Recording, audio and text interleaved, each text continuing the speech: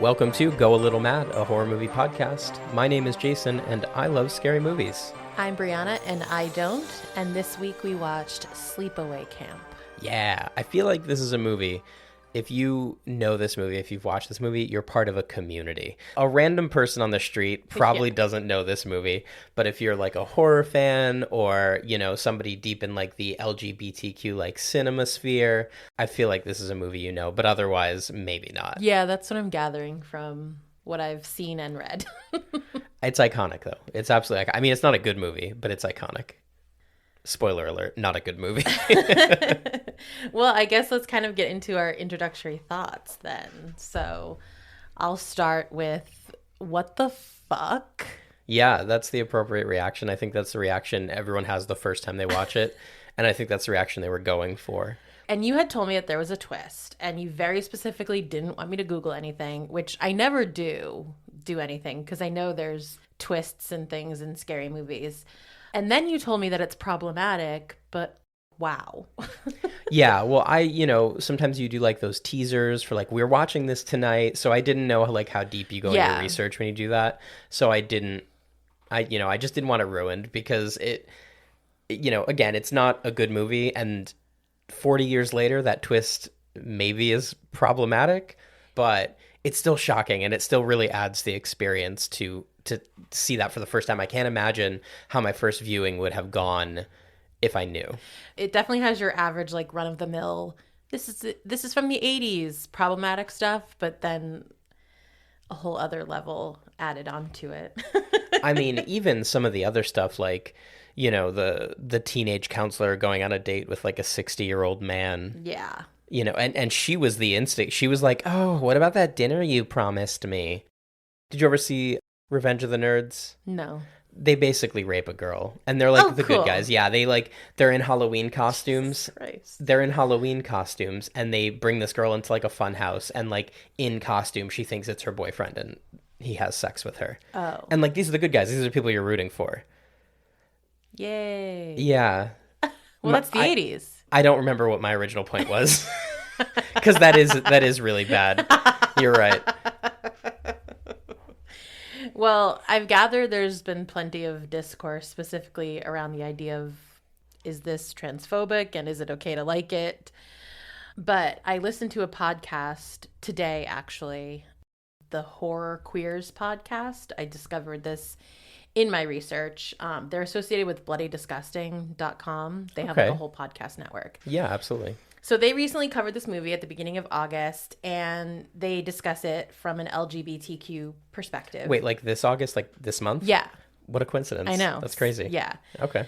And it's an interesting conversation from people who acknowledge the issues, but also enjoy the film, which is generally what I gathered from my research. I only read like 3 articles, and that doesn't represent an entire community whatsoever, but it just feels like that's the consensus. Like, yeah, it's not great, but I love watching this movie. Yeah, I mean, I think it helps that it's a bad movie and that it's not, you know, like a super popular big budget movie, because then you've suddenly got, okay, you know what, we need to rewind here because we're talking about this and I know. So, okay, for those of you who haven't seen the movie, stop listening right now and go watch the movie. I've said that before. I really mean it this time. This twist that I'm about to say in the next like 30 seconds, it really is one of the most out of left field things. You can't watch this film the same way if you know how it ends. So if you haven't seen it and you're at all interested in, you know, weird 80s horror slashers, this is your warning. Please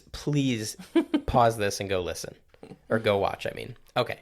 So that said, for those of you that don't know and are still listening, the main twist, the big twist, is that the main character, Angela, is actually a boy. In the beginning, there are 2 siblings. One of them is shown to have died, and then we flash forward and we assume the sister lived. Turns out the boy lived, and the aunt who was taking care of Peter is psychotic. Had some issues and raised Peter as a girl, as Angela, because she already had a son, which is perfectly reasonable. Yeah, and that's how you do it. You just pick. And, there isn't necessarily anything bad in the movie, like, in terms of a reaction to that, because it literally is how the movie ends. One of the counselors is like, my God, she's a boy.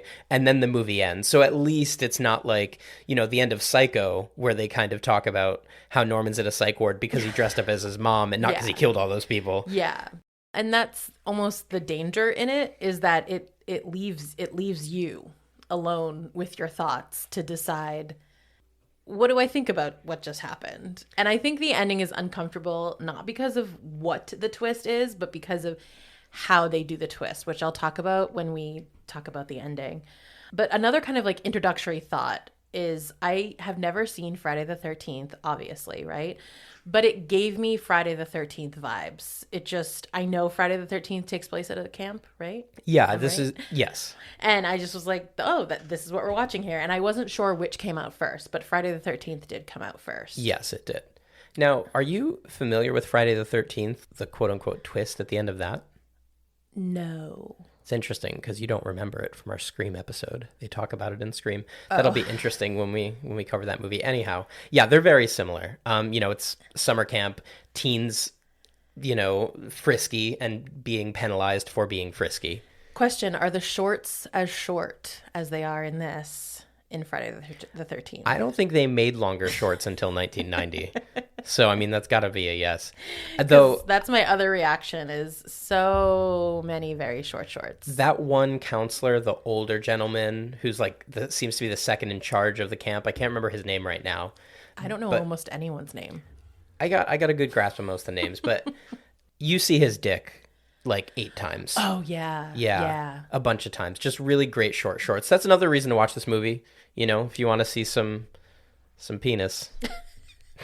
Anyway, let's get to the credits. Yeah, so it's written and directed by Robert Hiltzik.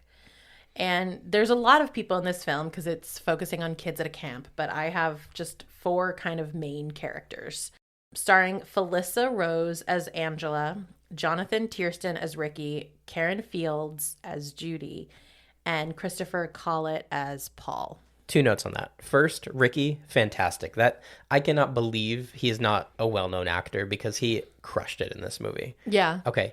Second, your face when you said Judy just now, your open disdain for this character will just permeate through this entire episode. Yeah, I hate Judy. Yeah, you do. And she's hateable. I'm not defending her at all.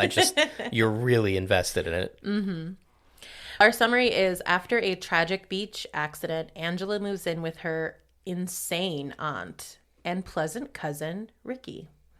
8 years later, they go to Camp Arawak, where she is greatly made fun of, but everyone who torments her gets murdered. Murdered. That's it. Yeah.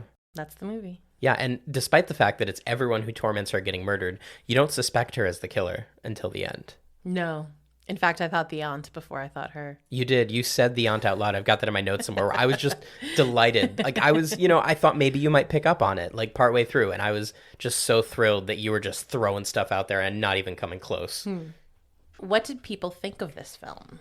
So, 81% critical on Rotten Tomatoes. Wow, that's like really high. Yeah, I'm just going to... I don't know. 59% audience. But what were they watching when they were like, yeah, this is on par with Psycho? I guess it depends on your criteria, right? Because we had fun watching this movie.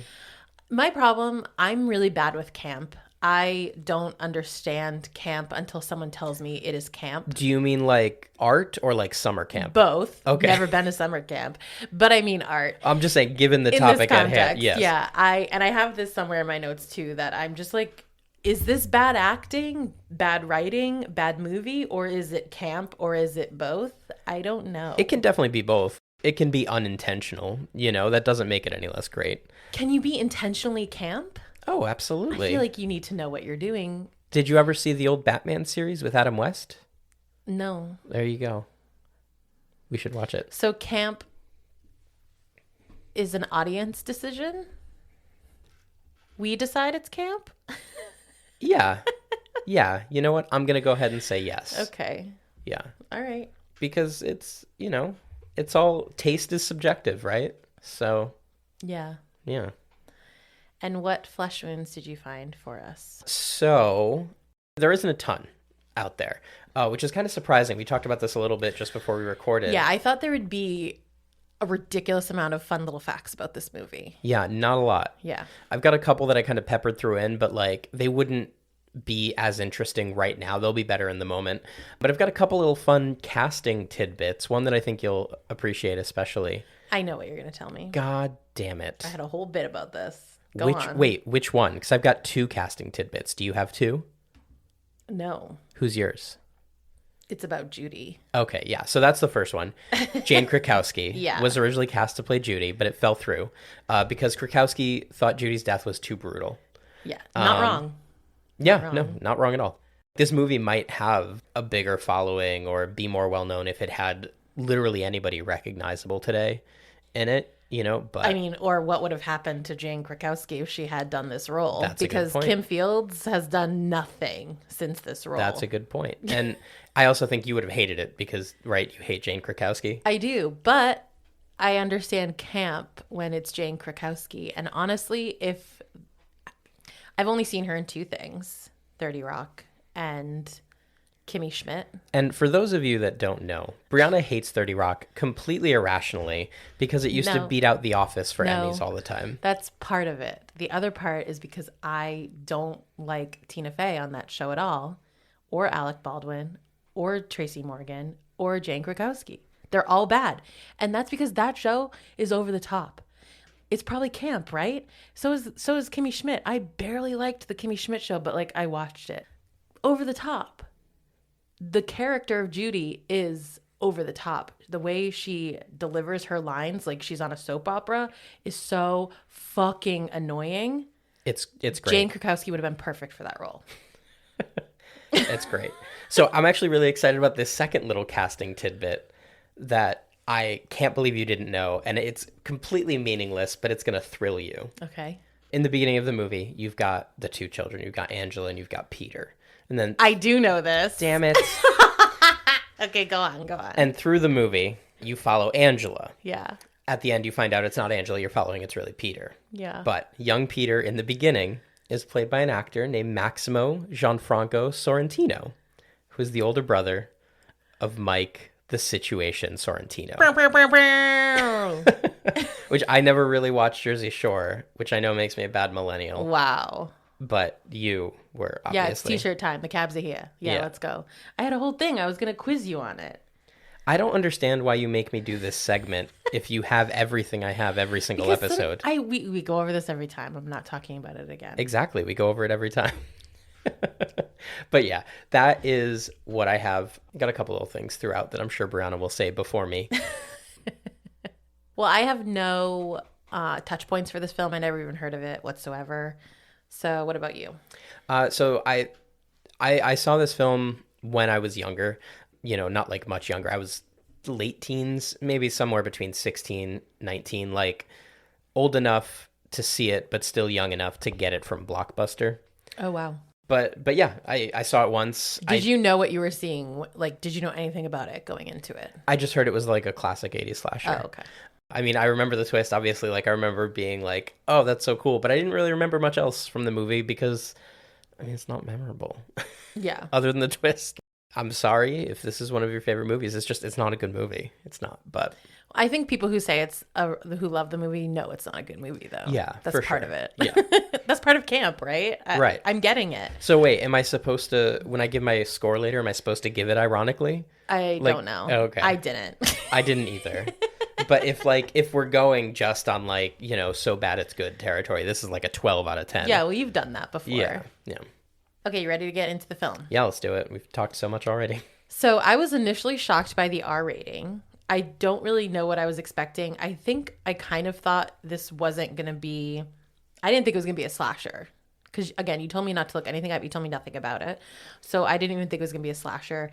Plus, 80s R, I just think is like, whoa. It's maybe hard to get an R. I don't know. No, horror movies were more often R-rated back then because they weren't necessarily concerned about appealing to a wider audience, kind of like we talked about in the Ring episode. Yeah. Like that PG-13 rating really, like, you know, brought it home. But until the early 80s, there was no PG-13 rating. It was either PG or R.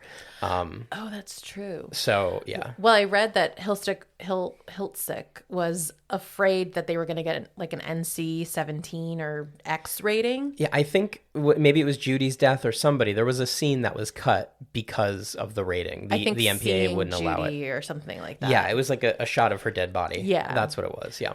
But he was really happy to hear that he got the R rating. And whoever had delivered the news was kind of like, oh, sorry, it's R. But he was like, I'm just glad it's not NC-17. Yeah. So we have a beautiful fall scenery to start, which is wrong because camp is in the summertime. So we're already starting off wrong. So it was filmed in the fall. It was, yeah. And I read that they spray painted the leaves green and stuff. I also read that. I also meant to look up where they filmed it, but I forgot to do that. I think it's like upstate New York. It feels New York because of the way some of the characters speak, actually. Yeah. We get a very long introduction, which is essentially foreshadowing how some of the other scenes go way too long. You're going way too fast. I've got like 7 things here to talk about before we even get to that. Okay. So first, we're watching on Peacock, and there's a McDonald's commercial beforehand because it's like 3 minutes of ads. It's like, watch these commercials now, and then you don't have to watch commercials during the movie. So, plug for Peacock. Give me money, NBC. There's like a McDonald's commercial, and Brian Cox was doing a voiceover for like an Egg McMuffin. And like for a second, I thought it was Logan Roy from Succession. I was like, why would he be doing this? He doesn't need the money. Well, it was Logan Roy. Yeah. But I thought the character was a real person for a moment. Okay. So that made me think maybe I overdid my quote unquote inspiration before we started this movie. The second is before the start of the film, there's a little dedication. It says, "In fond memory of Mom, a doer," which was really nice. And the director, Robert Hitzlick, he dedicated the movie to his mother because she died before production began. And the financial inheritance from her death provided the bulk of the movie's funding. Oh, that's nice. Yeah, I thought that was really nice. And then I've got, great musical build up to the title card, followed by what I'm sure passed for suspenseful music in 1983. Yeah, exactly. I also wrote that we get the opening credits, and the first few show the characters that each person plays, not just their names, like covering the entire screen. Yeah, it's like old school. Yeah. The music is very eerie and sharp pitched, which is like a stark contrast to the imagery that we're seeing because we're just looking at an empty camp. It sounds like something terrible is happening, but nothing is actually happening. Yeah, it's very ominous. I actually wrote, it reminded me of Dragnet, which was like a cop show, in like the 60s or 70s. And it used to be on Nick at Night when I was a kid. The like ending or opening, maybe it was both, was like dun, dun, dun, dun. Oh my gosh, yeah. That used to creep me out. Like as a kid, like it was just so ominous that it like made me feel uncomfortable. And that was like, this didn't make me feel uncomfortable, but it made me think of that. Yeah. Which almost made me feel uncomfortable. And just like this conversation about it, they went on for way too long, the opening credits. It was like 20 minutes. So long. It was like 85-minute movie and 30 of them are the opening credits and establishing shots. And we get to the camp sign, which is Camp Arawak. It's closed and it's for sale. So what has happened to cause this? Next, it's a bright sunny day and there's 2 kids on a small boat with their dad. There's a camp across the lake and the kids, Peter and Angela, see older kids in a speedboat with one girl water skiing, and they express that they want to go to summer camp, but I think the dad says like they're too old, right? Or too young. Too young, yeah. And the interesting thing here is all 3 of them, the dad and the 2 children, have different accents. Like one of the kids has like a strong New York accent, the other kind of faint, and the dad has 0 accent whatsoever. We cut to the teenagers. The girl water skiing is clearly afraid and very much wants to stop what she's doing. The girl in the boat convinces the boy to let her drive. Meanwhile, the kids are going to the same side of the boat as their dad. And again, it is a small, it's a sailboat, right? But it's super, super tiny. It's almost like a... Yeah, there's a word for it. Yeah. But we're just not rich and white enough to know. Yeah. And anyway, them going over to the side where their dad is standing causes the whole thing to topple over. Yeah, and he says something really stupid. He's like, "You little schemers." Yeah. And it's just wonderfully delivered. Yeah. It's just like such a happy family. It's that very stereotypical, like super happy family at the beginning of a horror movie kind of thing. And also, like while this is happening, there's a man on the shore who's like waving to them and trying to get the dad's attention. We find out later that's dad's boyfriend or husband. That's nice. I think like lover, yeah. Lover. Okay, sure, whatever. We don't have to put labels on it. They loved each other. It was nice. The two in the boat, so the teenagers, now the girl is driving, and they're talking to each other. They're not looking where they're going. The girl on the water skis starts realizing that they're heading straight for the boat and the family that is now in the water. And she's screaming to them, but they can't hear her. And essentially they drive right over the boat. The girl falls off the skis and she sees like first what's happened.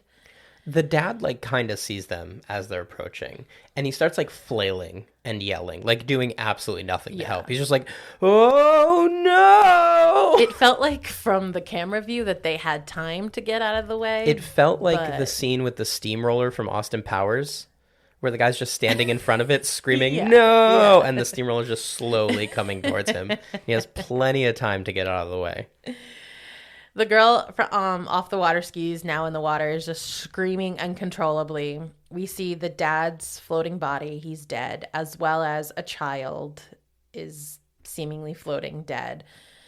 Or maybe that's the alive child. Unclear, because what ends up coming up from the water is like a bloodied, destructed life jacket. Yeah.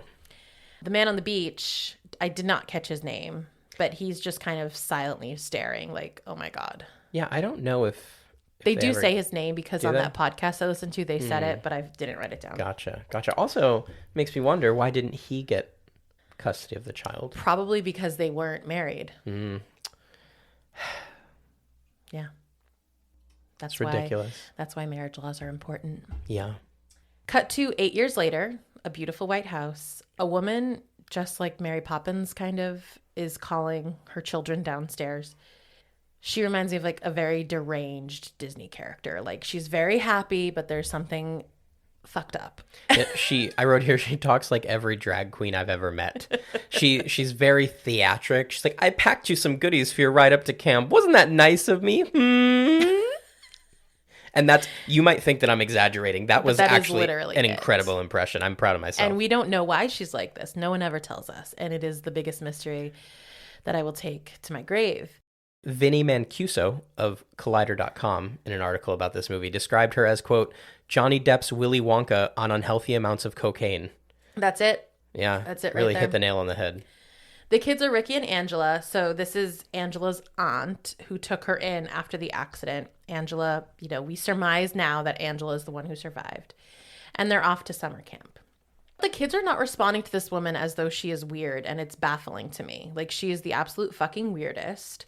As I watch, I'm looking for signs of the twist. So that's what I'm kind of doing this whole time. And so my first guess is that this entire thing is fake. And what we're watching is, or what we'll find out is, at the end, this woman is in like a mental institution talking to a doll made out of her own hair. And this whole thing that we've seen is just a creation of her own delusions. And just to be clear, like, we barely see the aunt again for the rest of the movie. Yeah. That's my first guess. Your first guess. I mean, she's selling it, Yeah. She's selling it. Before they go, she goes on this tangent about forgetting to give them something and then remembering what it was, and it's their physicals. She makes a big to-do about giving it to them and telling them not to tell anyone how they got their physicals. And she says, they wouldn't understand even though I am a doctor. See, and that's the hint to the twist that you were looking for. You just didn't know it at the time. Right. But how is she a doctor? Who gave her a medical license? Did they give it to her once and she never renewed it and she lies now? Like, how is she a doctor? Is she a doctor like she got a doctorate? No, she's like Patch Adams. I don't know Patch Adams. You don't know Patch Adams? I mean, I know Patch Adams, but I've never seen it. He's the funny doctor. She's a funny doctor. That's all. Okay. Angela says nothing for this entire scene. And again, Ricky's just like, mom being mom. Yeah, I mean, I've lived with some eccentric people. But hasn't he gone to someone else's house and been like, their mom's not weird? Maybe that's how everyone's mom is in this universe. She's the only mom we see. That's true. They arrive at camp and Mel, the owner, is yelling at them as they come off the buses with a cigar hanging out of his mouth. So he's really setting the scene here. And also, It's Camp Arawak. It's the same camp from the beginning. If you want to send this girl to camp, that's fine, but maybe don't send her to that specific camp. Oh, you mean it's the same, like, lake and everything? I assume so. I don't know, because I thought the beginning bit before the boat crash was just showing us foreshadowing. Oh, here's the camp, and it's closed. Oh, why is it closed now? And it's because of all the murders. I guess that makes more sense than sending a child to the camp where she watched her sibling and father die. So that's what I hope, but the aunt is an absolute insane person, so who knows? I mean, it is the 80s. We weren't exactly thinking forward with mental health. Right. It's just a bunch of kids getting off buses and running around, and we're starting to meet characters. And the characters we meet next are the cooks. One in particular is staring at all the kids as they get off, and there's this whole conversation about baldies, and you could take it from here. Oh, I didn't write it down because I didn't want to remember it. They say terrible things. Yeah, no. So it's the head chef or the main cook is Artie. He doesn't deserve to be called chef. And he's talking about how hot all these little girls are. Children. Children. Literal children. And he calls them baldies, which I don't need to elaborate on. If you don't get that, good for you. Enjoy your life. And then Ben, who I got a fun fact about Ben. Oh, okay. But we'll save that for later when we have more Ben. Ben says to him, "Aren't they a little too young?" And he says, "There ain't no such thing as being too young." And they're just like, LOL, you. Objectively false. Ben does not get concerned by that comment, which is neat. Love that. Ricky looks like a young Liam, or is it Liam Hemsworth? Yeah, he looks like a young Liam Hemsworth. Do you see it? Like, he could be a Hemsworth cousin or something. I don't know if I could pick Liam Hemsworth out of a crowd. He's the one who was married to Miley Cyrus. That does not help me. I'm sorry. Look, and nothing against Liam Hemsworth. What movies has he been in? The one with Miley Cyrus. Yeah, see, that's why I don't know what he looks like. Nothing against Miley Cyrus. I just never saw her movie, I guess. Well, Ricky has been to camp before, but it's Angela's first time. A friend, Paul, comes up to them and they're excited to see each other. Ricky introduces Angela to Paul and describes her as shy. She says nothing and just stares. And she has this wide-eyed, doll-like, completely shocked stare that she has through most of the film. Yeah. And Paul, being the classy guy that he is, he's like, "Hey, Rick, wait till you get a load of Judy. Man, oh man," while like pantomiming giant breasts at his chest. And then Rick just like turns to Angela like, "Judy and I went steady last summer." And they're there for like a week, I feel like. Yeah. I mean, but you know how that was, right? Oh, no, you never went to summer camp. I never went to camp. Oh. I only got to watch Bug Juice. That was as close to camp as I got. I never really watched Bug Juice. Wow. Yeah, I went to camp instead. That's cool. You're a cool kid. It was Bible camp. This is the first time you're more privileged than me, but it was Bible camp. Yeah, it was. And I went like 2 years. It was rough. And then I did like day camps, like the YMCA day camp and stuff like that. It was fun. Yeah. Well, there's lots of kids just screaming and running with no adults anywhere. Ricky sends her off to a cabin and then he spots Judy. And she's coming off as like the camp slut character. My girlfriend, the feminist. Yeah. And this is where I talked about how I just don't get camp, and not camp the place, but camp the art. Is there a word other than camp that we could use? No, I don't know. Yeah, I guess. Anyway, one of the reasons Jane Krakowski was up for the role is because Hiltzik originally wanted a blonde. Did you read that? I did not. In an interview with Heather Wixson from dailydead.com, he said that he wanted Judy to, quote, have this stark contrast against Angela visually. But then Karen Fields walks in and just nailed the audition. So I said, to hell with needing a blonde. I found my Judy. Okay. I mean, was she supposed to act badly? Then I guess she nailed it. I mean, it's just like Ricky's mom. It's just like the aunt. It's too much for me. It's just too much. She's talking to the older guys and ignoring Ricky. He's bothered and he says they're too old for her. And she points out that girls mature faster than boys. And at first I was on her side here. I was like, all right, yeah, you're right. And he calls her a bitch. To be fair, she says, "I don't have time for your nonsense right now." And he says, "Well, excuse me, bitch." Yeah. So, I mean, it's not like he calls her a bitch because she was like in the way that like guys call women bitches all the time. Oh, that happens later. Many times over. I'm sorry, are you defending Judy in this scenario? No, just that all the men in this movie, boys in this movie, are future rapists. That's all. Except Ricky, right? Except Ricky. Ricky's such a good boy. Ricky's okay. Yeah. In the girls' cabin, we meet Meg, their camp counselor, and she's a massive bitch. Which I don't get because, again, having not been to the place that is camp, I thought it was supposed to be fun. It seems fun on Bug Juice. I believe Bug Juice follows the camp counselors, and they all seemed pretty cool. Well, I feel like this is like high school, right? I'm guessing because I didn't go to high school. But, you know, like in high school, like it's portrayed as like these bullies just constantly walking around Letterman's jackets, just shoving kids into lockers. Yeah. But that's not really what high school's like, right? That's just what high school's like in the movies. I mean, I can't tell because my high school was too big to be like that. Yeah. We didn't have cliques. Okay. Well, that was middle school. Did you get shoved into lockers in middle school? Not me. Oh, that's good. But there was a rumor that I stuffed because I wore a Pepsi t-shirt that I won from the Pepsi contest over overalls because overalls weren't cool anymore. But it was bumpy. So they thought I stuffed. So you were trying to pass overalls off as jeans? Yeah. Why didn't you just wear jeans? I think I liked the bagginess of the overalls.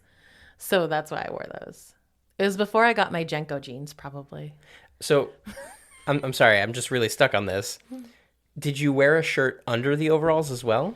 I don't remember. Because like I feel like that's got to be uncomfortable. Like just that. Yeah, I probably wore like a spaghetti strap shirt or something. I can't remember. And you stuff. And well, you told me the name of that. I wasn't stuffing. You told me the name of that boy that started the rumor. Was his name also Jason? It was a girl. Oh. No, Jason was another boy that I liked, though. Oh, okay. Yeah. Sorry, I lose track of your middle school stories. Anyway, we're talking about a movie. Anyway, it was a joke because I didn't need to stuff, okay? All right. Anyway. Just bragging about my 13-year-old tits. No big deal. Angela is sitting on her bed just staring at Judy while she unpacks. I wrote Karen Fields played Judy like she was Rizzo from Grease. That's the vibe I'm getting. Initially, it changes. You said that out loud to me. I said, save it for the podcast. Yeah. But she's annoyed with Angela, and at this point, I can't blame her. Like, Angela, you can stare all you want, but don't stare directly at a person. That's so rude. Like, stare at the wall or go to the lake and stare. For sure. At this point in the movie, you don't know that Judy is, you know, evil incarnate. And yeah. Angela's definitely being weird. And you're definitely like, yeah, I'd probably be like, why don't you look over there too, you know? Yeah. Another counselor comes over to Angela and says, oh, you must be Angela. They told us about you. So there must have been like a phone call from the aunt to explain that Angela is autistic. Yeah, particularly shy, traumatized, maybe. I don't know. Yeah, she has PTSD is the real answer here. Right. Yeah. Meg snarkily tells Judy, like, oh, we've got a real winner here. Yeah, Angela's not as cool as Meg fucking 60-year-old men. Yeah. Ugh. In the cafeteria 3 days later, we find out that Angela hasn't eaten and she still hasn't spoken. She's mostly getting yelled at by Meg when an adult comes over. This is the guy, right? The one dressed in the extremely short and tight red shorts. Yeah. Super muscular. I think he's the lifeguard. And he's like the number 2 in charge. He's like the guy that works right with Mel. And I can't remember his name. I have it down here somewhere. Ron? It's Ron. And he's got like a little bit of a ridiculous accent too. Yeah. Like Ron. But yeah, he's wearing these red shorts that basically are V-crotched. Literally. Like you see it his might as well penis. be underwear. Like yeah, you see his penis clearly, and then his shorts go up his thigh from there. Mm-hmm. It's a look. It's a look.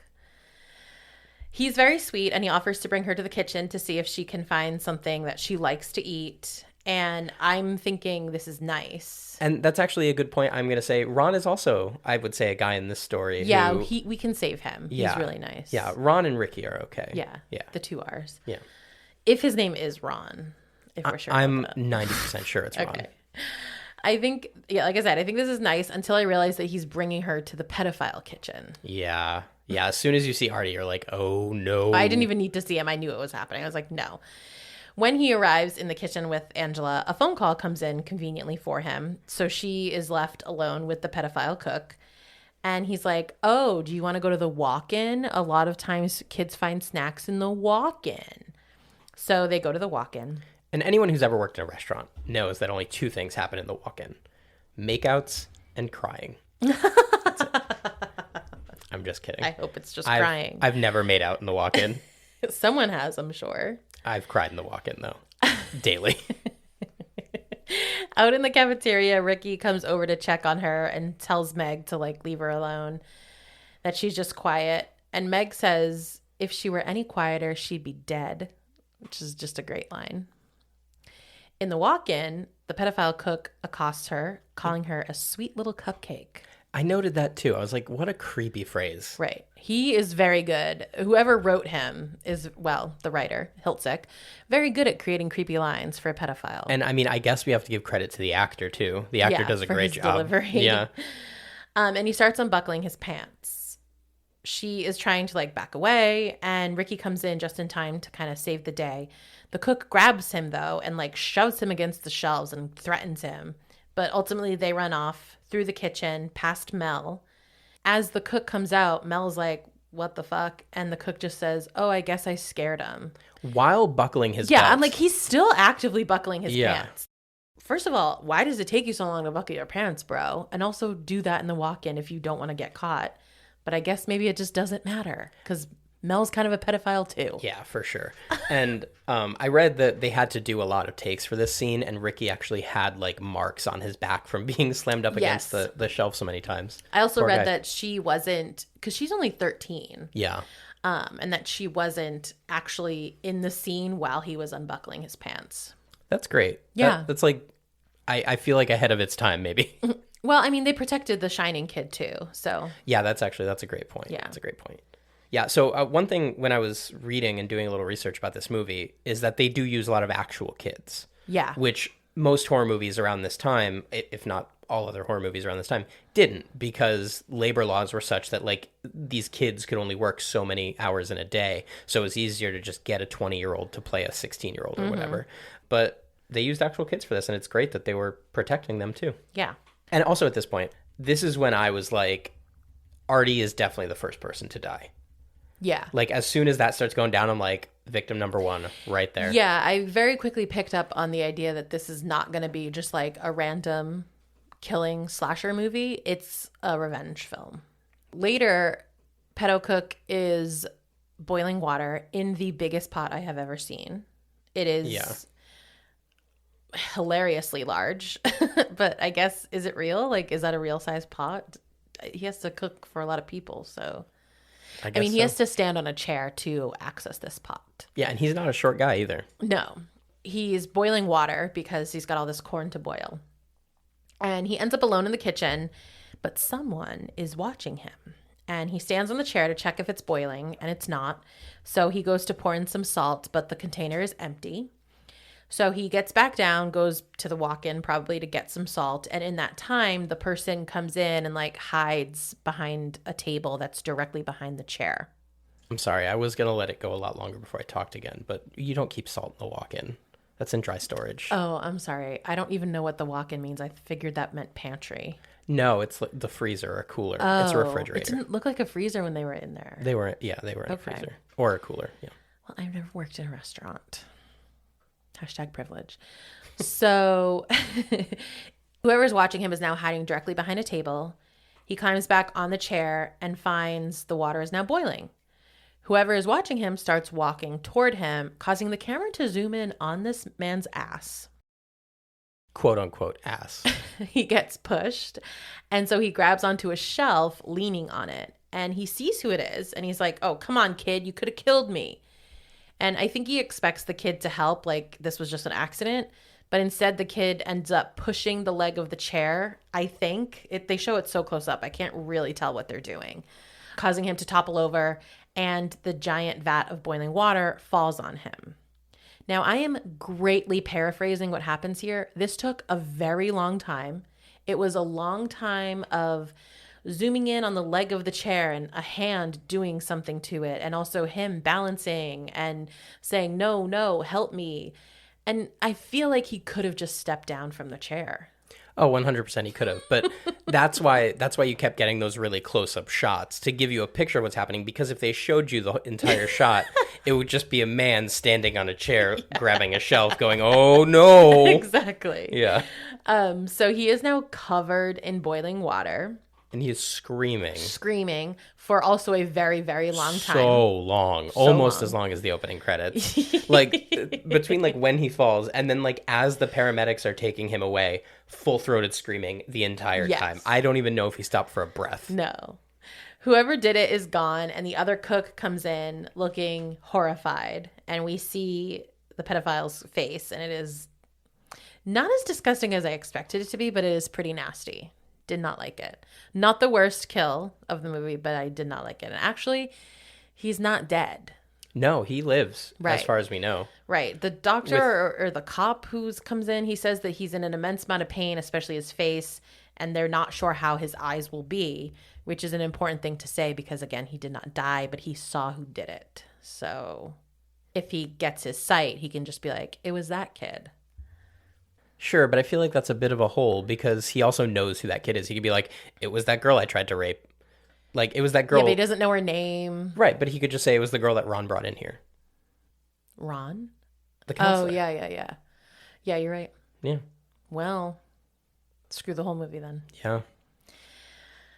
Mel is immediately just worried about the kids seeing this and telling their parents. So he kind of like hurries up the process and like passes on the kitchen duties to the rest of the staff, promising them an extra $50 a week, which I feel like sounds like a lot in 1983. That's a lot now. Yeah, agreed. Like, yeah. So Ben is the new head chef. Mm-hmm. Two things. One, I'm going to say this, and I promise I'm not trying to joke about this, but like it's a good thing that he's only in this scene because the character's kind of problematic. Like the way he talks, he's like a crow from Dumbo. It is just like Southern black person caricature from like every movie. I didn't notice the accent. It was pretty but I don't rough. pay like, attention to that kind of stuff. Like I was going to give you an example. I cannot even do that. But this made me feel better about it. The actor who played Ben is named Robert Earl Jones. Wait, who's that? The father of James Earl Jones. Yeah. Oh, that's cool. Isn't that cool? Wow. Yeah, I thought that was pretty interesting. Less fun fact, the actor who played Mel died before the movie came out. Oh, really? Yeah, he had cancer. Oh. He didn't even get to see the movie. It was his last role. The actor who played the pedophile cook is now like a lawyer and doesn't even act anymore. A lawyer? Yeah. Good for him. Yeah. I feel like if I like see him in court, I'm like, oh, I don't know. Next are a couple scenes of kids being kids, which is something they talk about on the Horror Queers podcast, that it was like intentional by Hiltzik to purposefully show how kids are without adults, which I guess is assholes because that's just how most of the kids are. Oh, it was a harmless prank. Well, no, this was a harmless prank, Yeah. but like everything else, they're just assholes. Yeah. This poor kid Mozart. Yeah, he's basically on the floor with his eyes covered by a towel, and Ricky is kind of leading this mind over matter practice. I think they're trying to tell him that if he concentrates enough, he'll be able to do a sit-up without thinking. I don't really get it. Yeah, they're saying that you're not going to be able to do a sit-up. You just have to think really hard about it because you're not going to be able to do the sit-up. So you have to try really hard to do this sit-up. Yeah. And when he does, there's a kid standing over him with his bare butt in his face and just shoves his face right in the kid's butt. His face is just planted in the ass. Now, that is assault. And I know I just said it was a harmless prank. This one probably is one you couldn't do today. Yeah, like you don't get to do this anymore, but like this was what I meant by like 80 is problematic in part. Like this is what kids did. And in the context, it is harmless. Like in the context, it's just kids being kids. Nobody here is acting maliciously or, getting off on having a boy's nose in their butt or anything like that. Next, they play baseball so Ricky's cabin plays baseball against an older group of boys. A lot of inappropriate talk here. There's one like main boy on the other team named Bill that goes back and forth with Ricky a few times. Is he the blonde? No, Bill is the one that is wearing booty shorts and a crop top. Oh, the cutoffs. Yeah, yes. Right. He's wearing like cutoff jean shorts, again, halfway up his thighs, like more than halfway, and a crop top. Like you could see his belly button. Mm-hmm. It was a look. 80s fashion. Was the entire decade homoerotic? I don't know. What a look. I wish I could pull that off today. I really do. Truly. This scene is very, very long. There are 2 fade outs in it. Like they fade out and come back to it twice. So we get like 3 segments of this friggin' baseball game. Yeah, you were so mad at it. It was like I was just watching you play out in the field because I had like nothing better to do or something. Do you not enjoy watching me play baseball? Is this not why is this part of the movie? It was 3 at-bats. But the reason why it was part of like so long was just to show, I think, that there's a lot of anger between the older group of boys and particularly Ricky. The younger boys win, and these older boys are extremely upset that they lost to younger boys. Yeah, and Bill is like giving all his friends a pep talk. He's like, "It's okay, we'll get him back. Don't worry, we'll get him back. Don't worry, come on, we'll get him back. Don't worry, bro." Yeah. God. But also, I mean, this is kind of like maybe they're just trying to give you that authentic baseball experience where like it starts, and you're like, okay, and then like by the end, you're like, that was way too long. Yeah. Holy shit. Exactly. True. That is what a baseball game is like. Later at a social night, the older guys are talking about Angela, who's sitting perfectly straight, staring at nothing, eating an ice cream. She looks like a robot. And one of the boys here, Kenny, I feel bad for laughing at this line, but it was his delivery. He's like, man, I've been watching her all week. She is fucked up. Yeah. I laughed out loud at it. Like, I know. and I don't often do that when we're watching this kind of movie.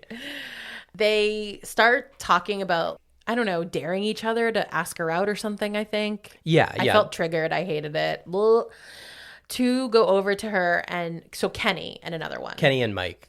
Ask her to like go on a walk at the lake, and she says nothing. And so Mike says, let the pro take over. Well, before Mike says that, Kenny goes, what's the matter? Can't you talk? Oh, no, I thought that's what he said. Oh, maybe it is. Yeah, because I have it in my notes. I can't What's remember. the matter? Can't you talk? Because we're clearly in New York here.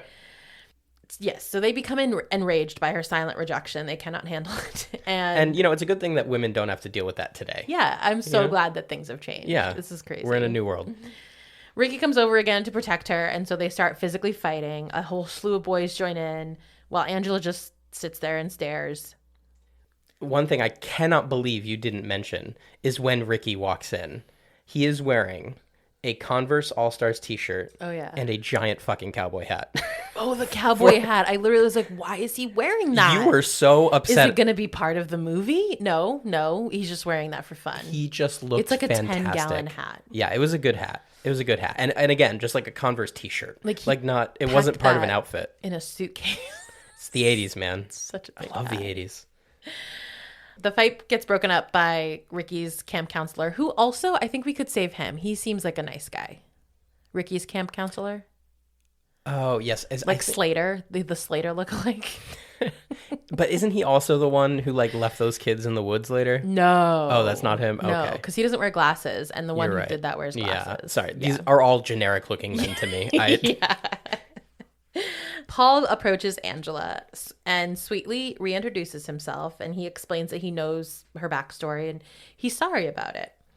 Judy is watching, and even though she already has the attention of every single other guy here, there are literally guys on either side of her, like talking to her while she's like hate staring at Angela. Exactly. She cannot handle it. Angela's facial expression changes for like the first time as she's talking to Paul. The boys' camp counselor makes them leave. So Paul's like, well, I guess I gotta go. Good night. And as he walks off, she says, good night. Aww. And he turns around and is like, good night, because he's so happy that she spoke. The scene ends with Judy looking at Angela all jealous and threatened. Yeah, and to echo what you said earlier, this is what you said in that moment. Judy, you whore. She's the camp slut. She is. Yeah. Go a little mad, empowering women since 2021. Later, the older boys and girls are at the lake, and the boys are pressuring the girls to jump into the lake naked with them. They won't do it. So the boys yell at them and then go off and do it themselves. And we see a bunch of bare asses running into the lake. So one thing I noted while watching this is like their asses were so pale. Oh, yeah. They were so incredibly pale.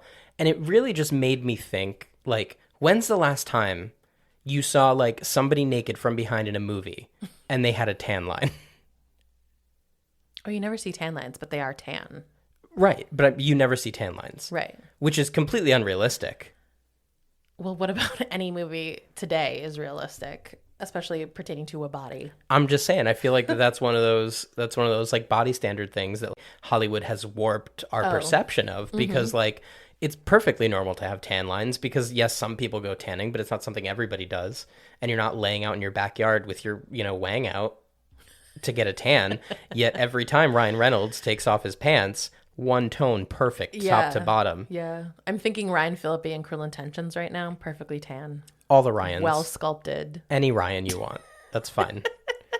But it's just, it made me a little sad. That's something that now, like, we think tan lines are ugly. Oh, yeah, for sure. I get nervous about stuff like that, yeah. It's ridiculous. Thanks, Hollywood. Kenny and that other kid, Mike, right? They're the ones who are getting high at this time. So they didn't go in the lake. They're getting high, and they come out from wherever they were hiding and start, like, talking to the girls.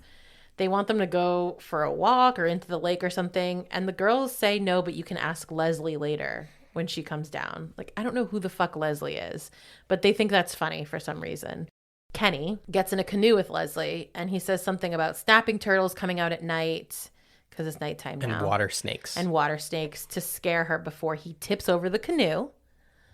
She swims off, because they're not that far from shore. But he goes under the canoe and, like, hauntingly calls out, Leslie, even though he saw her swim to the shore. It's like, I don't get this. Yeah, this is a very weird scene. I have no idea what he's doing here. Continuing to talk to himself underneath the canoe. Yeah.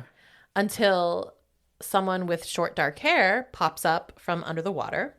And Kenny says, what the hell are you doing here? I bet the other boys would be happy to see you. In, like, a menacing way. And whoever it is pushes Kenny under the water and drowns him. Too bad. R.I.P. Kenny. You won't be missed. You sack of crap. In the morning, the lifeguard is throwing an absolute fit because I guess there's, like, a mess left by the beach, and he's, like, not happy about it. He turns over the canoe to find Kenny, who is bloodied somehow, and his facial expression is shocked. Also, a snake comes out of his mouth. Yeah, that's karma right there. That was a good death scene, though. That was, like, kind of creepy. Didn't like it. Yeah, it was good. The police say that he drowned, but, like, why is he bloody? No one talks about the fact that he's bloody. Just doesn't make sense. Well, and also, for the record, like, I don't know if you noticed this, but, like, after this scene, nobody ever talks about him again. No, the friends do not miss him. Yeah, none of the boys are like, I can't believe what happened to Kenny. Like, nobody cares at all. Mel is in PR mode and says it's just a fluke accident and that's all there is to it. Later, Angela's watching kids play tennis. Paul talks to her again and invites her to go to the movie night together. Judy is mad. It could be because of her giant, the biggest I've ever seen. Think of the biggest side pony you've ever seen and then multiply that by 10. And that is Judy's side pony. I didn't even notice a side pony. And maybe it's giving her a headache, and that's why she's so mad. Or it could be because she's a jealous bitch. One or the other. Judy says, hey, why does she get to sit around and talk to the boys? Why is she special? And Meg, the counselor, takes her side, of course, and goes over to yell at her. And at this point, you're like, what the fuck do you care? Like, I could tell you were getting, like, triggered by the bullying here. I literally wrote, Meg, you are at least 17. Why do you give a single fuck what this girl is doing on her summer vacation week at camp? Why do you care? Why? Get a life. She goes up to her and says, like, if you're not going to do the activities and you can sit there and do nothing. So apparently everything's mandatory at camp. Again, I thought camp was supposed to be fun. I feel like I'm glad I didn't go to camp right now. I mean, camp wasn't like this. I can't stress that enough. The nicer counselor comes over, though, and tells her to leave Angela alone.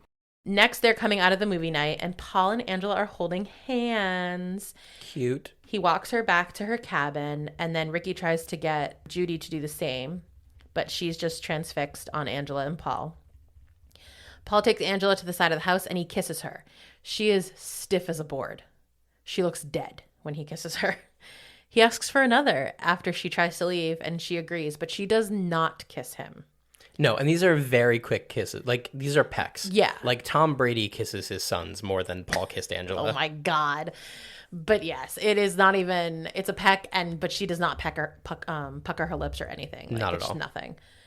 Judy comes over, though, because she can't help herself, and She's like, oh, you and Angela are becoming quite an item. I didn't think she was your type. Know what I mean? With dramatic soap opera acting. And to Paul's credit, he's just like, no, I don't know what you mean. Get out of here. And he's just like, he blows her off. It's great. And this is like one of a few of Judy's lines that have this like, that feel out of place, but obviously we're there to have a double meaning. Like, oh, I didn't think a boy was your type is basically what she's alluding to. But even though she doesn't know that, it's what we're... I didn't think about that at all. That's good. Paul goes to the cabin while they're pranking a kid with shaving cream. So again, Ricky's like leading this prank here. And this is a classic prank. This is one you can do today and nobody's going to get upset about it. So what you do is when somebody's sleeping, you know, they have to kind of be sleeping with their hand out because you can't move them too much. And you spray a little shaving cream in their hand. And then you take something, you know, like a tissue or a feather or whatever you might have Or a handy. dirty sock like they did. I don't know. I was trying to be nice about it. And you just kind of like lightly brush their nose so that when they go with their hand to like scratch their nose, they get a face full of shaving cream. It's honestly, it's just chef's kiss. It's art. It's a great prank. Well, this kid wakes up, gets the shaving cream to the face, and then grabs his knife. A giant knife. And starts chasing Ricky around saying, I'm going to kill you. Until the camp counselor comes in.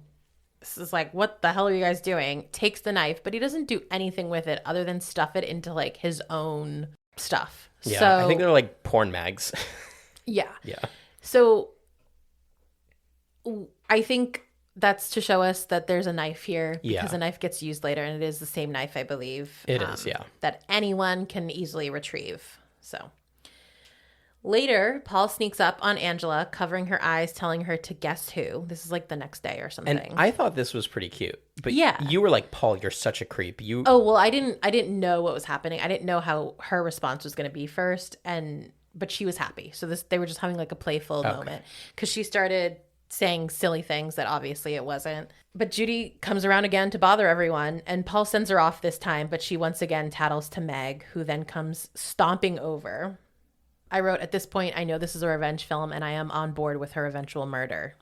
Can't wait. Did you mean Judy or Meg? Oh, Meg. Meg. Yeah. She says, not going in the water again? What's the matter? Can't you swim? Angela doesn't answer, so she screams at her, and she keeps not answering her. So now she violently shakes her. Yeah, she shakes her in like such like a jarring rag way. Doll. Yeah, which is the way Mel shakes Ricky similarly later. And it's just weird. People do that to people? It's so violent, yeah. Until the lifeguard stops her. Back in the cabin, Judy comes out of the shower and sees Angela just sitting and staring. And she says, ladies, let's not forget to thank Angela for getting Meg in trouble, and throws a pillow at her. And when she throws the pillow, there's like a sinister music sting where it's just like, boom. Yeah, like she threw a brick at her or something. Then she steps away and faces away from her. And they do this a lot on like Spanish soap operas where the person that she's talking to or thinking about is right behind her and she's facing away from her. And she has this face where she comes up with something sinister to say. And she says, hey, Angela, why don't you ever shower with us? You queer? You haven't gotten your period yet? You have no hair down there? And the other counselor tells her to stop and ends up slapping her because it's what she deserves. That is true. She does deserve to get slapped. But also, was that like a flex? How much pubic hair you had? No. Okay, so first of all, this again was in here as an Easter egg. But when I was watching, I thought this does not make sense. And that's how I know it was written by a man. Because I cannot recall girls caring about this stuff. You don't make your period public, at least back then. Probably now they're like, yes, I have my period. I am bleeding. But back then, you don't take pride in having hair down there. You don't want to shower with the other girls. That's an absolute nightmare. We are all just seeing each other's bodies. Absolutely not. Maybe it was just me who was super self-conscious during middle and high school. I don't know. But I feel like this did not make sense. It took me until like 25 to want to talk about my period to people. And just now to like not care if someone sees me walking to the bathroom with a tampon. Okay, well, I love you. A little bit of that is you. 25? No, I mean, that's an exaggeration. But like, okay. I mean, like through high school, middle school, opening up a pad, you are ripping it so it makes no noise. You don't, and it will echo. So it does make noise, but like you don't want it to make noise. No, this was not a thing. I will obviously have to take your word on that part. But yeah, it was jarring to me where I was like, okay. And also, you know, that logic doesn't follow, Judy. If she were queer, wouldn't she want to see you naked? I know. Exactly. Though I don't really want to make that joke because, like, that kind of, you know, furthers that stereotype of, like, gay guys in the locker room. Well, right, but making fun of someone is based off of stereotypes. Right. So, like, she didn't even make fun of her, right? Exactly, yeah. And that's why Judy sucks. Thank you for coming to my TED Talk. The counselor who slapped Judy is stressed that she basically let herself do that. Angela says something to her. What does she say? I don't know what Angela said to her, but I did have something that Judy said to Angela that caused the girl to slap. Oh, what was it? That caused her to slap. She goes, "She's a real carpenter's dream. Flat as a board and needs a screw." Oh, yeah. Things you say about 12-year-olds in 1983, apparently. Jesus Christ. Yeah. Yeah, well, it's what she deserves, like I said. But yeah, I don't remember what Angela said. Yeah, I didn't. Well, Angela, like, pats her on the shoulder and says she's going to go somewhere, get something, do something, and come back. And that's why she goes outside. Outside, the other older boys are standing on, like, the cabin roof throwing water balloons, and they throw one at her. It takes her out like they threw a brick at her again. Like, grazes her arm, and she just goes down. She got shot with a gun. Like, that's how she goes down. Ricky sees this, and he comes over to her defense. And his language here. Oh, yeah. He starts screaming at the boys on top of the roof, and he calls them cocksuckers. Oh, yeah. Chicken shits. Yep. Fucking pussies. Yep. He says, "I'll kick your asses all over the goddamn camp, you fucks." And later on, Mel punishes the boys for what they did and punishes Ricky for his profanity, which is, like, fair. Right. In this case, like, you did overdo it. But I did read that to get this role, the director had the actor who played Ricky cuss him out as part of the audition. Funny. So he did a good job. It worked. Nailed it. So it's Mel who comes over and breaks it up and, like, yells at them. Ricky leaves, turning away in his usual fashion, which he has now turned away from an altercation a couple times. And the way he does it is with this very aggressive head turn that makes his hair, like, swish. Because it's the 80s. So right now he has, like, that feathered, nice, full head of hair. And it literally blows in the wind that is created with his head turn. Like, he's so mad. His head turns before the rest of the body. The older boys do what they always do, which is throw up the middle finger to Ricky once he's turned his back. So, bitches. One of the guys, the main culprit of this current group of assholes, I don't know his name. He returns from a run and tells his friends when he gets into the cabin, "Gotta take a wicked dump first, and then I'll meet ya, boys." So he's left alone in the cabin, and we know what's going to happen now. He's going to get what he deserves. And for the third time, as somebody is about to get killed, we're kind of rooting for it, right? Yes. Yeah. While he's in the bathroom stall, someone comes in and slips a stick through the door handle so they can't be opened. And then the camera rises to the window that's in the stall, and a knife pops up. Fucking! And it slashes through the screen. And he's like, "What the fuck? Can't even take a shit without you guys?" And then a stick with a beehive stuck to it gets dropped into the stall. And he is just screaming and screaming as the bees are unleashed, pushing on the door, but he can't get out. Finally, he does, like, break the whole thing, and he's down. And we see nasty blisters on his arm, and his face is overtaken with bees. Yeah. Yeah. It was a good shot. This is really good. This was, like, more effective than the pedo cook who was burned. On par with Kenny. I did not like this. I actually had to look away. There's something about bees. I don't like seeing that many bees. It makes me shiver. I hate it. Next, Mel is talking to the lifeguard saying, "We're finished. How many kids are left?" And he says, "About 25.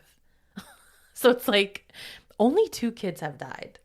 Yeah. That's not enough to, like, lose count of how many children there are. They're dropping like flies. I can't keep track. Yeah. Like, you started with 27. Though, to be fair, 2 is too many. No, yeah, agreed. 2 is way too many. Agreed. But what I mean is, like, you shouldn't be losing count. Agreed, yeah. And it also seems like there's more kids than 25. But whatever. Yeah, there's a solid 70. Yeah. Yeah. Angela is poking around a cabin by herself, seemingly waiting for someone, and then someone creeps up on her from the bushes, and it's Paul. She says, "I thought you were the killer." And he says, "Come on, you don't believe that, do you?" We actually did miss something that's worth mentioning in that previous scene. Mel, when he's talking about this, he says he knows who the killer is. He's like, oh yeah, I know who it is. I've seen the hate in his eyes. Oh yeah. And it's just like, what? Like, that doesn't make any sense. So dramatic. Yeah. Mel is, again, I don't know how he's playing this role either. Like, I don't know who directed him to do it this way. I mean, I don't know. Maybe it's just me and Meg, but I'd fuck him.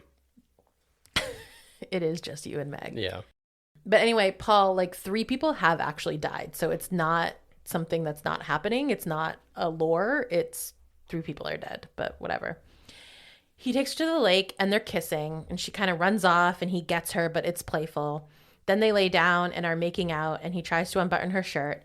She says, no, don't, but he keeps going and she shuts down, just staring up at the sky. This gives like sexual assault victim vibes, but instead we hear weird piano music begin to play and she's like a kid again, giggling with her brother. And what they're giggling about is their dad and the guy from the beach in bed together. So this is when we learn that her father is gay. And the piano gets kind of like worse sounding and she's on the bed with her brother and he's pointing at her chest. Back to the present, she screams, no, and like pushes him off and runs away.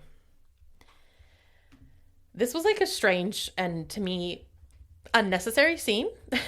Yeah, so for me, like, maybe this is just like too dark, or maybe this is like just, you know, the lens that I look at the world through, but it seemed like she was dissociating during sexual assault. That's what that scene seemed like. That's what I said. I said it gives sexual assault vibes. Yeah, but now like, we're getting this memory that doesn't have anything to do with, seemingly, with what's happening. Yeah.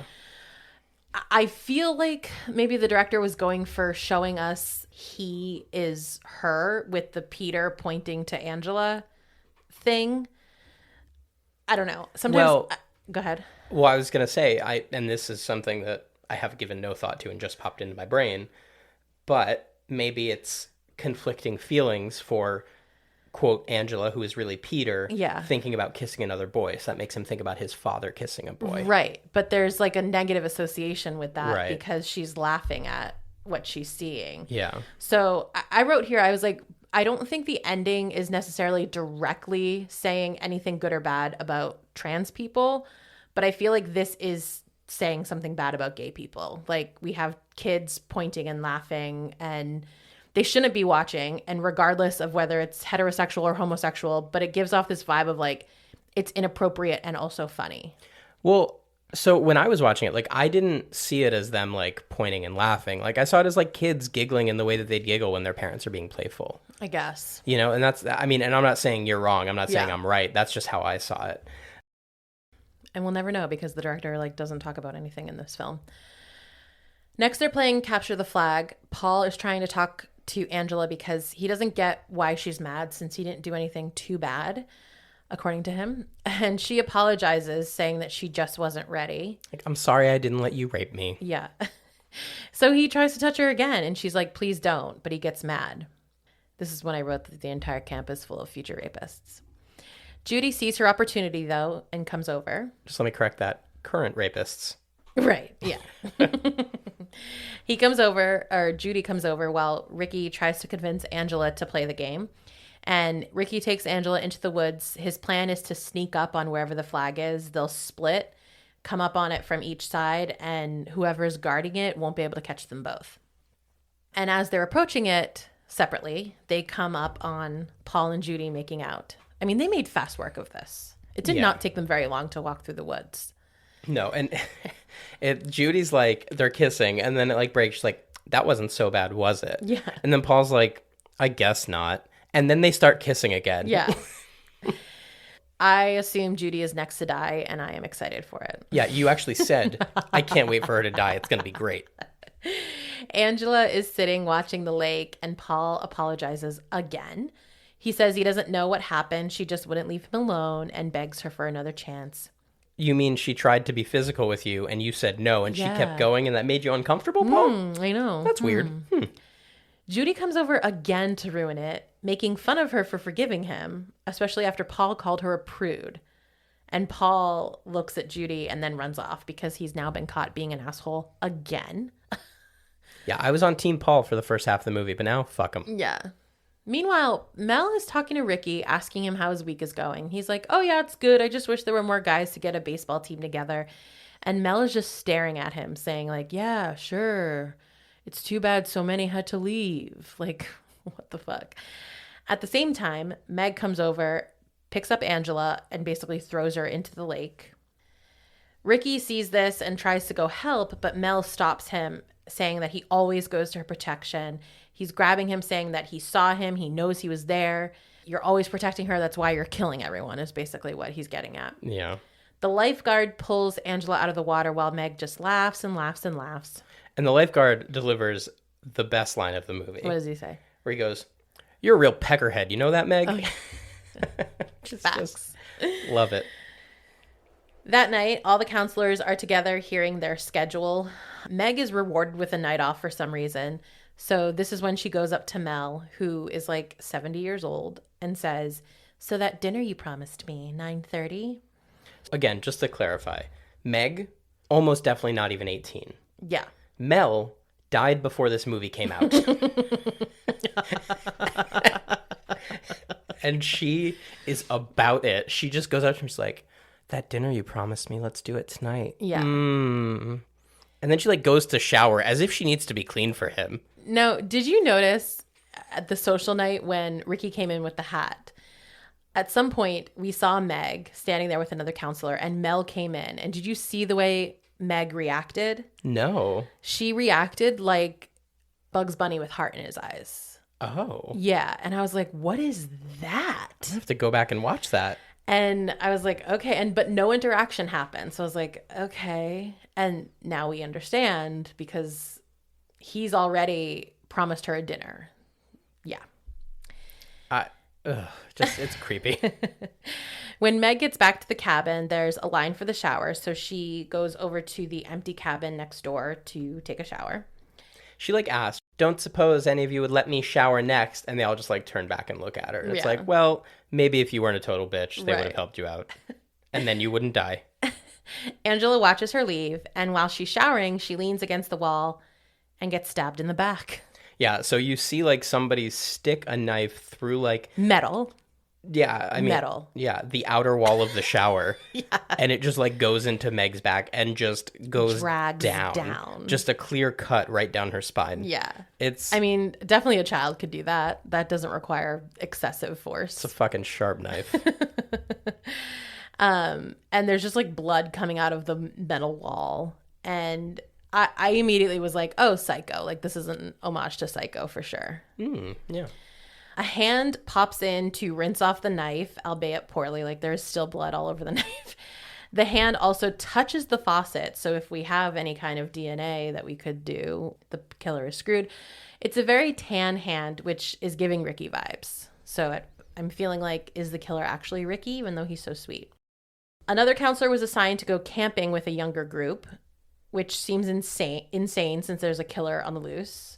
And they're making their way to the spot where they're camping. Which, why can't, you're camping already. Like, why do you need to go camping at camp? Yeah, so the counselor's name is Eddie, and he's taking, like, the younger kids. So from what I could tell, there are, like, 3 ranks of kids here. There's, like, the young kids, the middle kids, which is part of Ricky, or Ricky is part of that, and then the older kids. And so Eddie is taking, like, the children. Yeah. Angela comes out of the group hall and runs into Paul, who apologizes again. He begs and begs for forgiveness. She looks away from him and says, meet me at the waterfront after the social, and runs off. The camping kids are sleeping, but one wakes up because he's cold and wants to go back.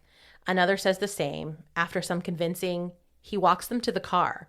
So they are far enough that they needed to drive, and he's just going to leave the other 3 kids there. Yeah, absolutely insane. Right. Like, oh, they're sleeping. It'll be fine. Okay, they're going to get eaten by a mountain lion. At the very least. Yeah. Shortly thereafter, someone creeps up on them. Now, who these little boys are, these are the sand-throwing boys. When Angela was thrown into the water and is then pulled out, there's a handful of boys on the beach who are throwing sand at her. I don't know that they deserve to die for this. Yeah, I don't think they did. But nonetheless, they do. And this is when you said, I feel like the killer is that mom, that weirdo mom. Yeah, because this was like, why, like, come on, you're going to kill these little kids for that? Come on.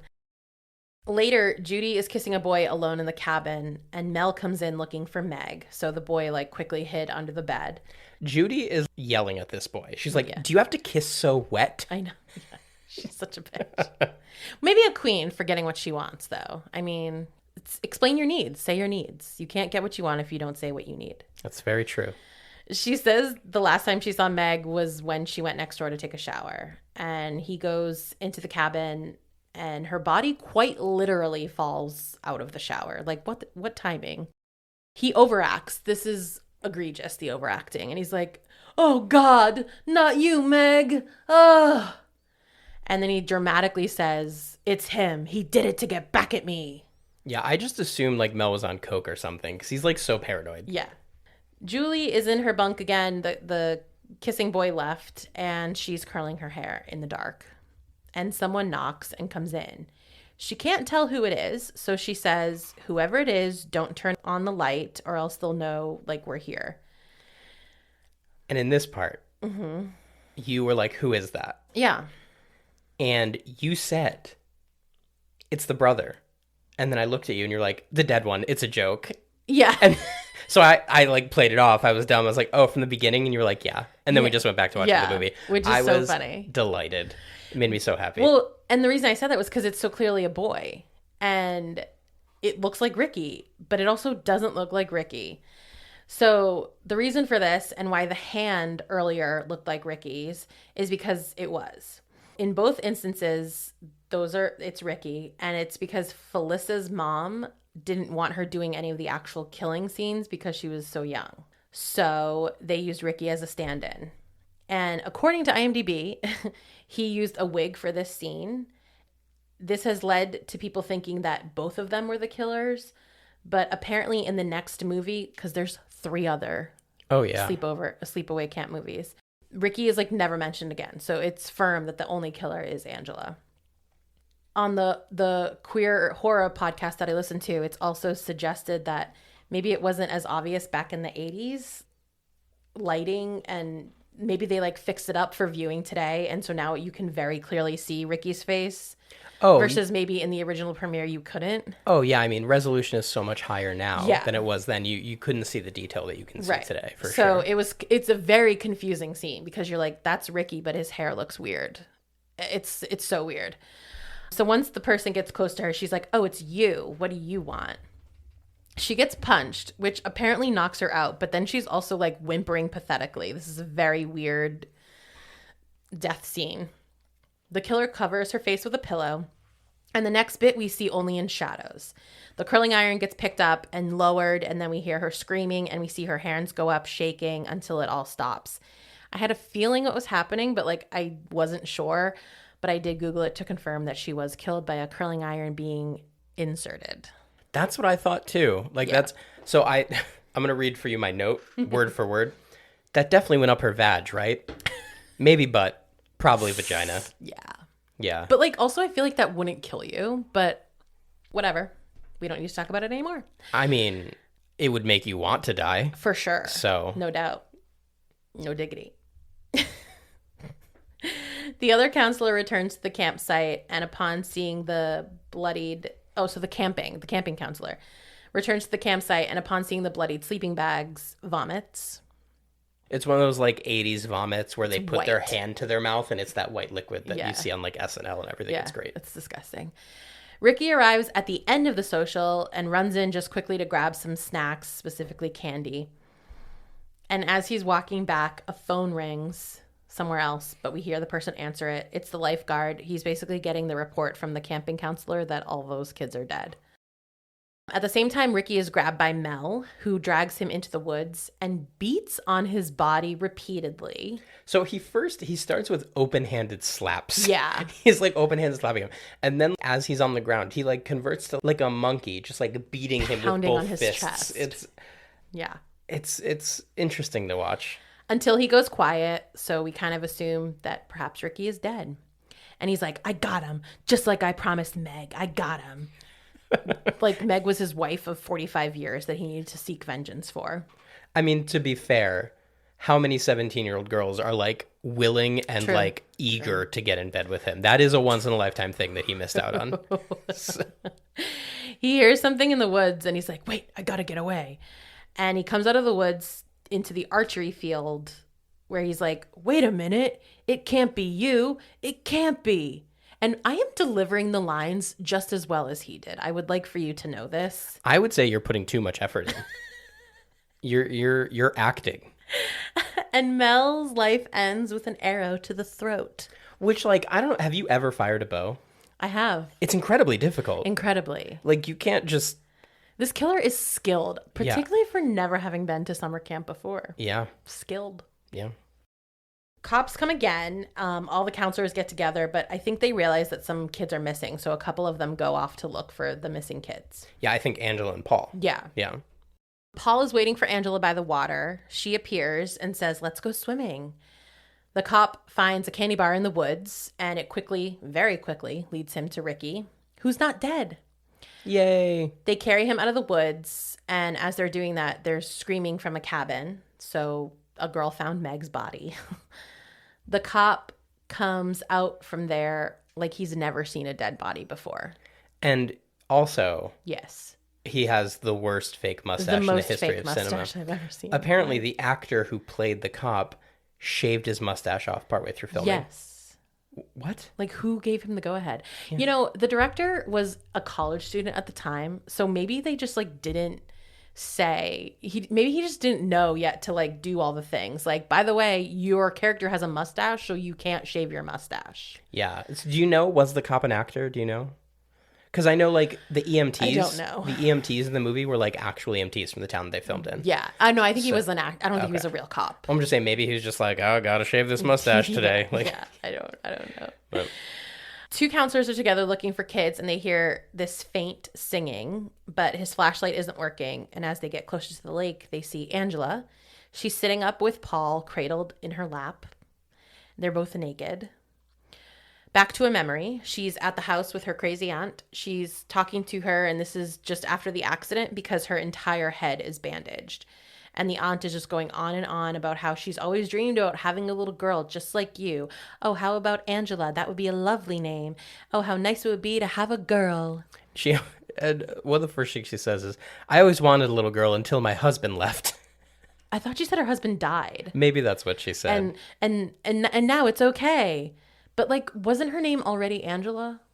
Or the sister's name was Angela. So, yes. like, why are you saying Angela as though you're creating this new name? Whatever. So weird and dumb. Back to the present. Paul's head falls off her lap. Angela stands up and faces them. She is covered in blood from mouth to toes. And the male counselor says, "My God, she's a boy." We see full frontal. She is looking to the side with her hair big and wild and her mouth gaping open. She's growling and her eyes are wide. And that's it. That's the end. So watching it, not scary at all. No. But I will say, like, while researching for this episode, doing my notes and stuff like that, like, seeing the image of her face over and over again. Have you seen it? Yeah, I hate it. Like, since then? It's creepy. Yeah. It's really creepy. So I'm assuming you know how they accomplish this scene. Yeah. So your reaction, as soon as this movie ended, I think the first words out of your mouth was, is that full frontal of a child? You were so concerned. Well, I mean, it's... go on. Because it's not... It looks weird, and it doesn't look weird because we found out that it was a boy the whole time. Yeah, so this was a man, a nude man, wearing a mask cast from her face. And then they also superimposed this image of her face over it in the film. And that's why it's, like, kind of unmoving. And, like, that's what it's unsettling. Well, and it's that phrase that you've told me about. I read it in multiple things. It's that uncanny valley. The uncanny valley, yeah. So back to Vinny on Collider. quote, Hitzlick superimposed an unmoving image of young Felissa Rose's face, frozen in a rictus somewhere between horror and joy, onto a decidedly non-childlike muscular male body, resulting in something undeniably not human-looking. It's like the most fucked up optical illusion you'll ever see. The visual cues of what make a person are all wrong in unexplainable ways. And it's like an action figure put together by a child with only a basic understanding of the human anatomy. Right. I thought dead on. Yes. Spot on. Exactly. And that's basically, in a way, like what I tried to say. The whole combination, the facial expression she's making, the sound she's making, the fact that we're faced with an entirely different body, a muscular body, plus the movie just abruptly ending, all of that creates this really unsettling feeling. And I feel like unless you sit with it for a second, you're like, oh, well, it's because she was a boy. Like, you don't really necessarily elaborate. So it's like, is this ending problematic or not, kind of thing, you know? Yeah. And I mean, I would say that it's actually, when you really think about it, it's promoting gender identity, because they were forcing someone to be a gender that they don't identify with. Right. And look what happened. They fucking murdered people. So maybe if someone says they're a boy, you believe them that they're a boy, regardless of anything else that you might think. Sure.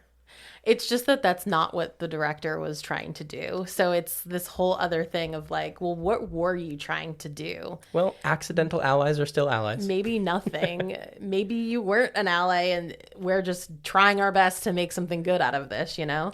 Well, and I think that's, you know, like we talked about the community around this movie, like, it's like camp. It is what we want it to be. Right. You know, if that's what we as a society decide the message of this movie is, then that's the message of the movie. Who gives a shit? You know, people create things all the time, and then for better or worse, they lose control over that as it becomes part of society. Mm-hmm. You know, and that's what happened with this movie. And I don't give a shit if the person who made it is bigoted or whatever. Like, it's a great message. Well, now. I also don't think they are, because like I said before, they don't talk about this. Like, I read an interview with him and it was very short, very just a few questions, and it didn't say anything about anything, like the gay scene or this scene, nothing, as though it's not even part of the movie. So I wonder if he just has said, I'm not going to talk about it. Like, I'm not going to say what I was thinking or what I was going for or what I was doing or what it means or anything. And sometimes that's better, because art is meant to be interpreted and we can interpret it however we want, and we're going to. And collectively what's happened is people are saying, yeah, it's not a great message, but it also could easily be seen as revenge fantasy. And in the end, I like it. So yeah. So before we get to the scores and stuff, just one last little fun tidbit. Mm-hmm. Paul, his head. Oh, yeah. Mm-hmm. That's a latex mold of the actor's head. It disappeared from set. Somebody took it. No one knows who or where it went. Ooh, I hope it was Paul, because that's creepy otherwise. Yeah, like, who has your head? Yeah, it was Artie, the cook. Ew. Yeah. Well, actually, I have one more tidbit. So the question, and we talked about this a little, but the question is whether or not Ricky knew. And you said he doesn't. I don't think he does. But I think he does. One big clue that I initially missed is at the beginning, when the aunt is going on and on about the friggin' physicals and like how no one can know. And Ricky's like, don't worry, I won't tell no matter what. Like, what is he not telling? That's a good point. Is it that the mother is not an actual doctor? Is it that she completely forged the physicals? Or is it because he knows? But someone from Reddit points out that this household is insane, so why would Ricky be excluded from that? Which, you know, good point.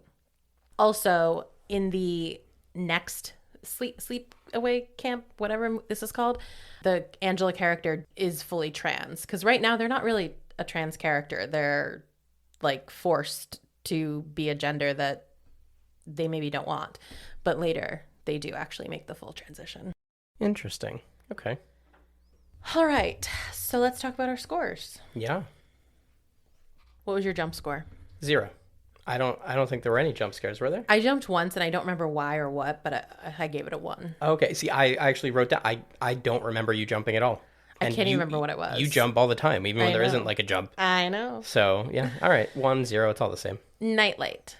So I wrote 0, but then I put it's creeping up to a 2 or a 3 the more I think about that face at the end. It's creepy. Yeah, I gave it a 2 for that exact reason. Yeah.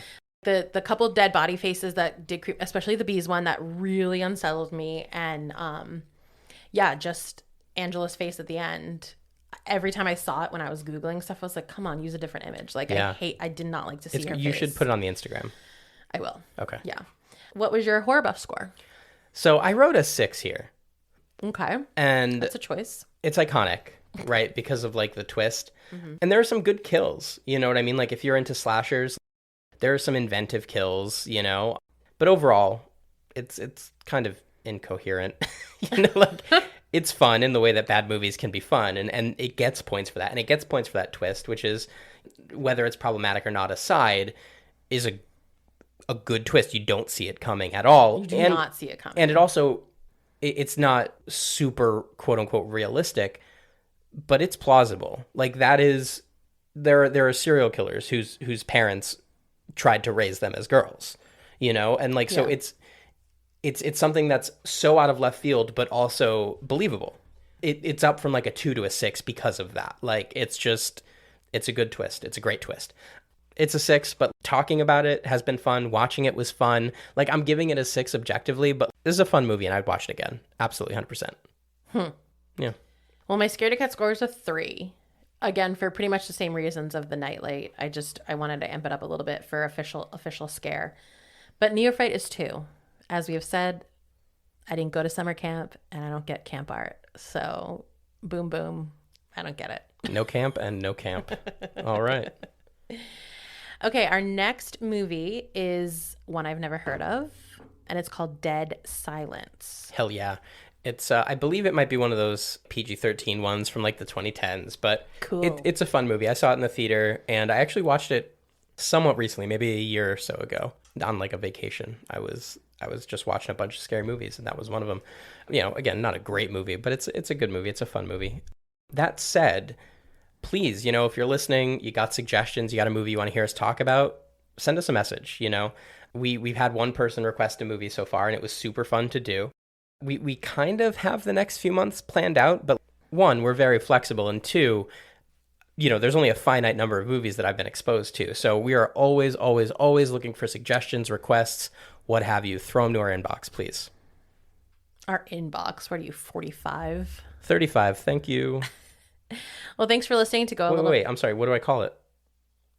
Our DMs. Where do your DMs sit? In Instagram. In your inbox. Thanks for listening to Go a Little Mad. I work in tech support, okay? Please be sure to follow or subscribe to us on your favorite pod platform and like us on Instagram and Facebook at Go a Little Mad Pod. Visit goalittlemadpod.com to continue the conversation about each episode, and you can help us spread the word with a quick review and 5-star rating, or grab some merch from our TeePublic site. Your sharing makes all the difference. Yep.